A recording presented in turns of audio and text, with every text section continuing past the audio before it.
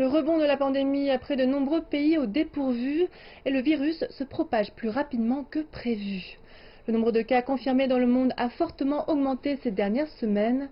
Comment les pays appréhendent-ils cette nouvelle vague? Quelles leçons ont-ils tirées de la première? Tout de suite, nous faisons le point avec Nicolas Hirurzin dans sa revue de presse. Bonjour Nicolas. Bonjour Jessica. Alors, une partie du monde est frappée par une nouvelle vague épidémique. Pouvez-vous nous éclairer sur la situation actuelle? Est-ce qu'il y a des régions qui sont plus épargnées que d'autres? Comme l'indique le Wall Street Journal, la mise en œuvre de la politique de prévention de la pandémie a permis à de nombreux pays asiatiques de contenir efficacement la propagation du virus, tandis que l'Europe et les États-Unis souffrent de l'impact du rebond épidémique et certaines personnes vivant là-bas n'ont pas envie de sacrifier leur liberté personnelle en restant chez elles et ont une attitude relâchée quant au maintien de la distanciation sociale. L'aggravation de la situation épidémique et l'incapacité des tests viraux à répondre aux besoins réels ont fait perdre confiance à la population dans les perspectives de la lutte contre la pandémie. Ils placent plutôt leur espoir dans les vaccins que dans une gestion gouvernementale efficace. Le fossé en matière de prévention et de contrôle de la pandémie entre l'Europe, l'Amérique et l'Asie se creuse.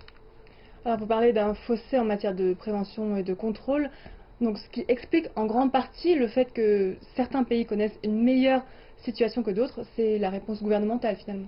Oui, dans le processus de lutte contre la pandémie, les capacités de leadership, de gouvernance et d'unité du gouvernement ont été mises en évidence. La mise en œuvre de politiques coordonnées au niveau national est le moyen le plus efficace pour faire face à la pandémie. Selon le Financial Times, l'incapacité à mettre en place des mesures efficaces avant l'arrivée de l'hiver est la principale raison du rebond épidémique dans de nombreux pays. Le gouvernement devrait avoir la capacité de répondre à ce signe noir. Il est beaucoup plus efficace de faire attention et d'investir dans le domaine de la santé publique quotidiennement que de mener une intervention à grande échelle après une urgence.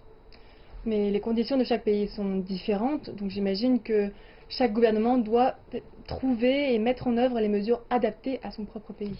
Oui, comme le rappellent les Échos, la communauté internationale est progressivement parvenue à un consensus sur le fait que chaque pays a des conditions nationales différentes et qu'il n'existe pas de modèle parfait de prévention de la pandémie à copier. Cependant, les pays qui ont une prévention efficace ont généralement un point commun, à savoir qu'ils se sont lancés rapidement dans la lutte contre le virus et ont pris des mesures décisives et efficaces. L'acceptation des mesures de prévention de la pandémie par le public est relativement élevée. L'idée de base de la lutte contre la pandémie est la prévention, la détection et l'isolement. Les effets de ces mesures dépendent de la rapidité, de l'efficacité et de l'intensité des actions. Alors, rapidité, efficacité et intensité sont donc les mots d'ordre, surtout avec l'hiver qui approche. La communauté internationale doit agir vite, j'imagine.